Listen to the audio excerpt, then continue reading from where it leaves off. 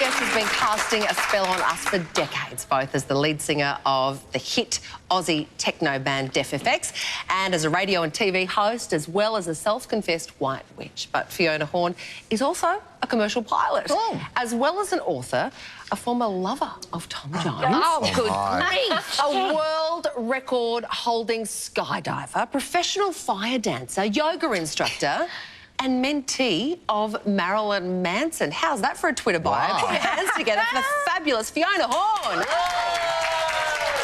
Oh, Fiona, do you know how inadequate we all feel? I'm actually blushing. I mean, to hear it all. That's a recited right like up and a that. half. What have we been doing with our time? I know. I feel very, very, very boring at the moment. Now, tell us about, first of all, because you would be Australia's most famous white witch, I would say. So let's begin with the witchcraft. I find this fascinating. What is the definition of a witch, and is it scary? Yeah, it's not scary. A modern witch honours nature as sacred. We recognise the goddess as well as the god. We do spells and rituals to help and heal ourselves and others.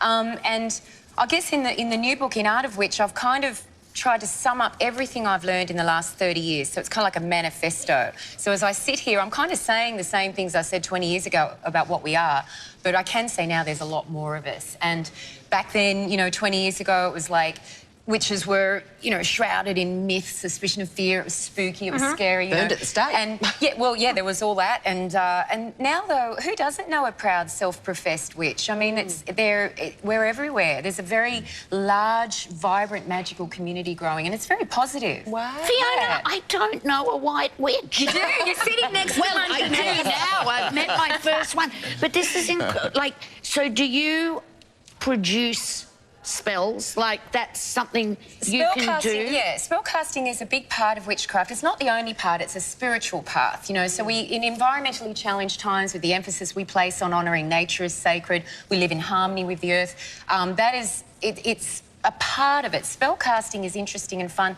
I actually recommend now that people do rituals of gratitude for what they have rather than what they don't. You know, we think of spells as being this quick fix to manifest a new lover or get a better job or make more money, win the lotto or something. But I encourage people to do rituals of gratitude, and I talk about it in the new book, but it's like rituals of gratitude to attract more reasons to be grateful. And I've really found in the last 30 years of practicing this stuff that that's the secret to making your spells work 100% of the time, is to celebrate what you have and become a magnet for more of what makes you happy. What you think about comes about. Absolutely. The world, you know, it becomes a magical place when you ask it to be magical for you. And I think daily gratitude also makes you happy. It's the secret to happiness. Everyone because says so. you're always in a positive mindset. Yeah. Now, I've watched The Wizard of Oz as much as the next person, but what's the technical definition between a good witch and a bad witch? You know, it's a good question, and sometimes I shy away from it because it implies there's like good witches, bad witches, and a good and bad thing, and people do good and bad things, no matter what spiritual path they're interested in or what they practice.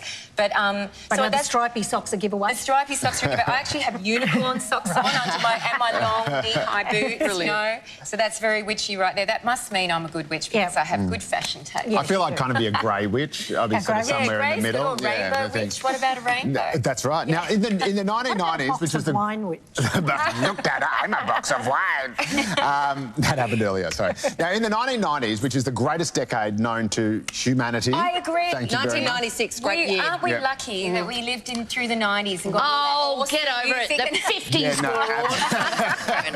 But I was a young teenage uni student living in a share house in Carlton, Fitzroy, and you were rock and roll royalty. We all had a massive crush on you. Are you still just a rock chick at heart? I am a rock chick at heart. In fact, so much so that Def FX have reformed. I've actually got band practice after this, and we're doing a farewell tour this month.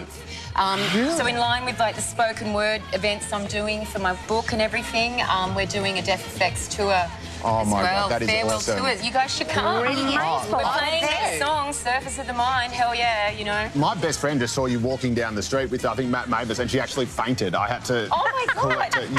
Maddie's playing with us in Melbourne. No way. City Lounge, yeah. His band, Matt from the Mavis, is going to be playing with us. That is Victoria. cool. So really encouraging people to come to the Def FX tour because it's going to be a celebration of family, like old school. Hashtag OMG. Yeah, OMG. All the details are at my website if I'm allowed to plug it. Of course. FionaHorne.com. Oh, yes. I'm All so the there, tour girlfriend. dates for the spoken word and for deaf effects, and it's just for the month of June because I have to go back to the Caribbean and get back to my day job. What a with being a life. commercial Tough, pilot. isn't it? But we can't have you here without asking about some of the men in your life. We alluded to it in the intro. Yeah. Talking to people like Tom Jones, Yeah. Paul Stanley, Marilyn Manson. Matt Are you Davis. still in contact with these guys? You know, it's funny that they played really pivotal roles in my life. I mean, I mentioned in my autobiography that came out a couple of years ago, you know, these three guys specifically. And I'm not in contact with them regularly at all, but back then, you know, like we certainly interacted a lot. But I think that when I think of those guys, they were, you know, they're just regular guys doing extraordinary jobs. And they're all really good guys in different ways. And I was very grateful for their guidance and help. And two of them wear more Tom's makeup lovely. than I was you. just being Tom's was so lovely. I mean, he's a real gentleman, and they're just, you know. I was also really lucky to know Hugh Hefner too. And Oh, wow. you know, Really? because when I was in, I did Playboy twice in Australia and then in the US, and meeting Hef and being invited to the mansion, and you know, when he passed, it was really. You know, it's a celebration of a life well lived. I mean, I know he was controversial, but I only ever found him to be a very kind, very pleasant man, and he was very proud of me becoming a pilot. He really applauded my goals to be a pilot, and when I became a commercial pilot, he personally, congratulated me.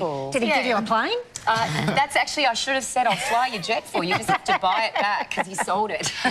While we have you here, can we do a very quick reading? Oh, yes, We're let's going to do look it. at the Okay, oracle this is cards. my Magic of You Oracle deck, which is my debut Oracle deck. And the deck and the book, the new book, is going to be at my spoken word events too.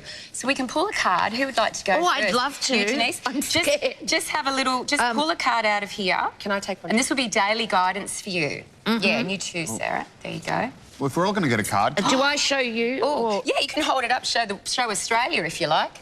Sacrifice. What are you willing to let go of to make room for more? So this is a really interesting one. Sometimes we think in our pursuit of living a fulfilled life we need more and more and more. But sometimes we have to let things go. That can be as simple as cleaning out your closet. I know you had that awesome segment on earlier.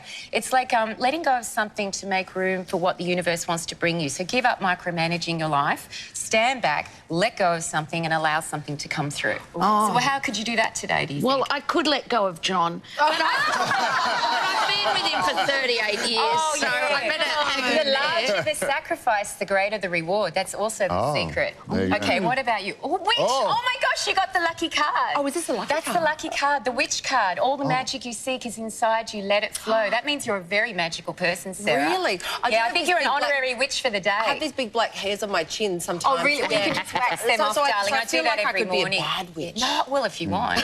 You can be, you can be very naughty. You can be a naughty so let witch. go. Yeah, that's right. Let go. Yeah, no, it's your let your magic flow. It's all inside you. Huh. So you're quite a magical person, in you're case we didn't fab. already know. I wish we could keep you here. You're brilliant. Oh, well, maybe I'll come back another time. Come back. Don't forget, details of Fiona's speaking tour and where to purchase The Art of Which are at her website, which is FionaHorne.com. Fiona, come back and see us soon. Thanks, guys. Thanks, Fiona. Thank you, guys.